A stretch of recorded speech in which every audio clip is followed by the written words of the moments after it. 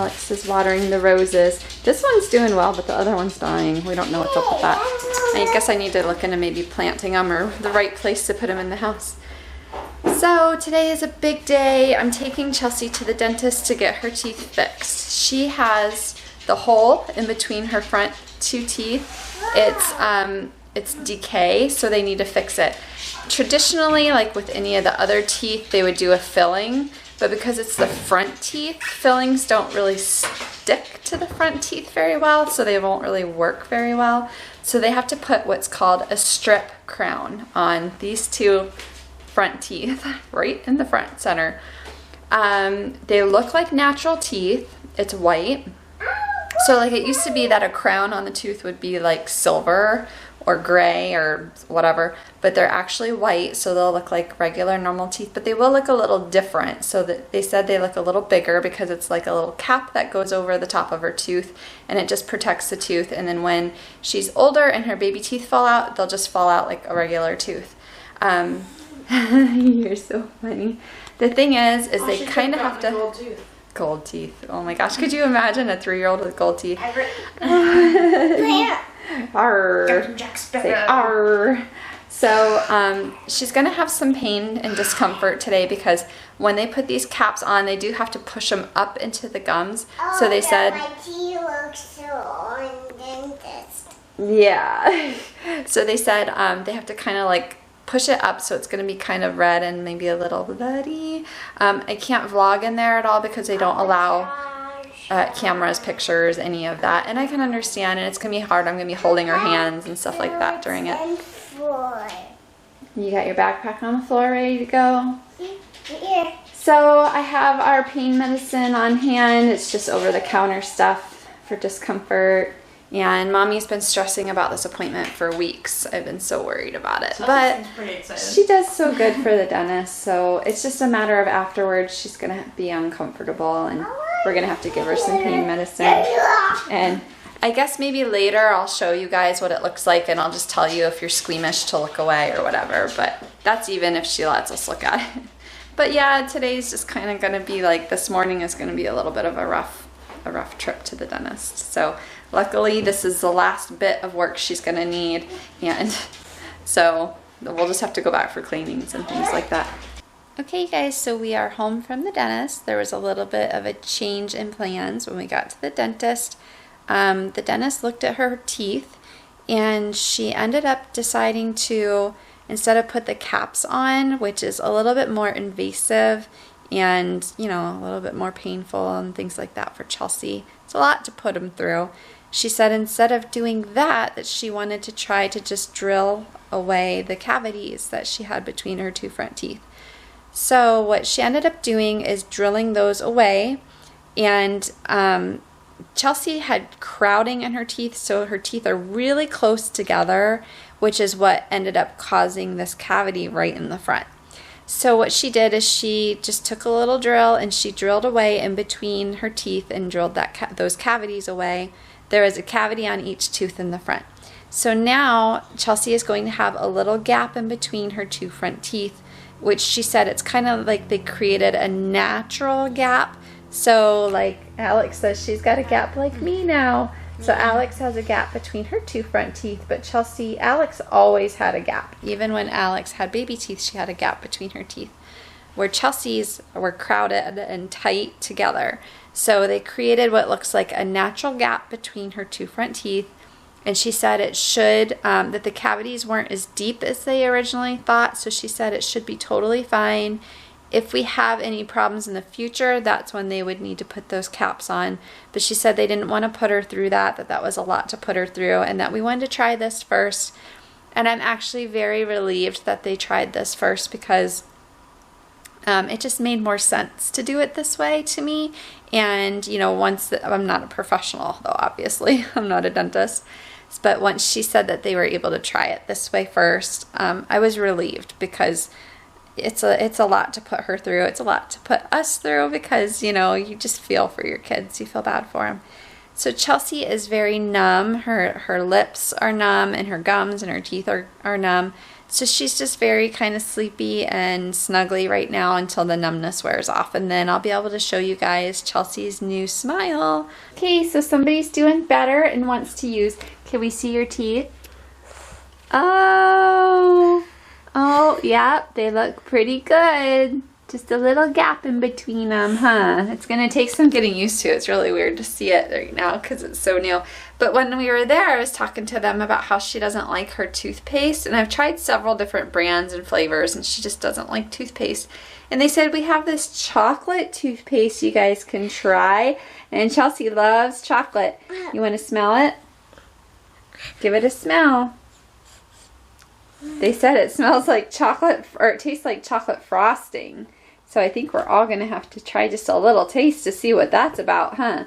But she keeps asking to brush her teeth with her chocolate toothpaste, so I guess we'll give it a try, huh? Yeah. Yeah. Okay, let's see how she likes it. See how that chocolate toothpaste tastes. That's good. It's good? Oops. Oh no, it's dripping. Oh, dripping water. Oh, it happens. So you like your new toothpaste? Chocolate toothpaste, who'd have thought? It's called Tanner's Tasty Paste Cha-Cha Chocolate. And it's supposed to be chocolate ice cream flavor. Naturally delicious. And I think she likes it because she's not spitting it out and saying yuck or any of that. Her teeth, I know. She's still a little bit numb from her procedure this morning, but I think she likes it. Is it good? Oh. I know, it feels weird, huh? Hey, update 2.0. I realized last night with having Chelsea's bed over here that when I woke up in the middle of the night and I wanted to check on her, I couldn't see her because she's down here. And I just like the idea of her bed being right next to ours. We thought this space was going to be too small right here for me to get through, but it's actually not so bad. And just now, Chelsea and I were making her bed, and I didn't like how the windowsill was right next to her bed, and she kind of bonked her head on the bed. So I said, that's it. I don't like it. We're moving it back. So we just pushed it down. I wanted to tell you guys how she did last night. So she went to bed at regular time. She was actually excited to go to bed because she wanted to sleep in her new bed, which was great. At midnight, I came in to go to bed, and I must have woke her up when I was getting ready for bed. Mommy. And I said, it's okay, you know, just go back to bed in your big girl bed. Mommy's going to bed too.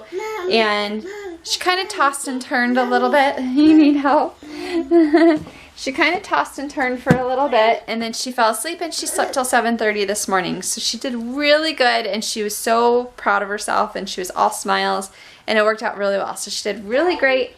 Her first night in her big girl bed, I did wash her bedding, so she's got her cupcake. One of our viewers sent us this blanket a few years ago, and it's so nice. She loves it. So she loves her big, comfy big girl bed, and she did so good, and I think it's going to work out better here. I just like the way it looks better, and I like that I can see her better. Oh, and she's off. Right here?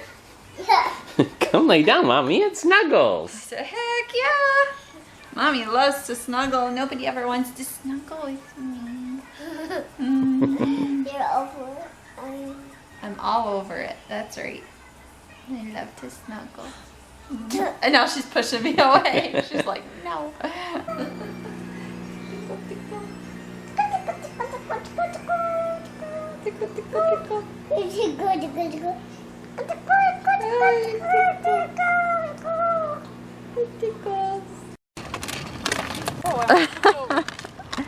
No tipping over. We're riding on the Razor bike, and Alex is on the Y-Wing. What?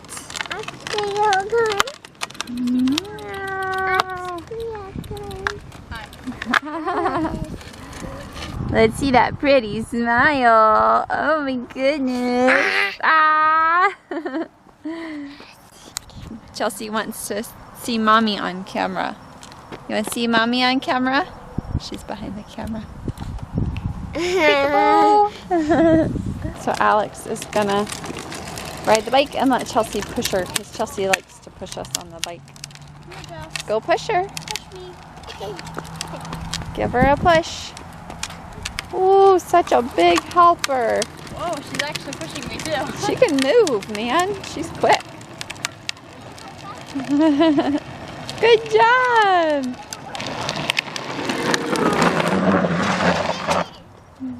Push her again. Push me again. Come push her. Just go fast again. Yeah. Go, go, go, go. Look at your little legs pushing. You're so funny, Chelsea. It's time for the question of the day. Today's question comes from Kylee Nguyen, and the question is, if you were a bug or insect, which one would you be and why? I'll go with dragonfly. Because they can fly around really quick. They do zoom around pretty fast, don't they? Okay. Did you know they also eat mosquito larvae? No, but I'm not going to eat mosquito larvae. You like to kill mosquitoes though, so it is kind of fitting.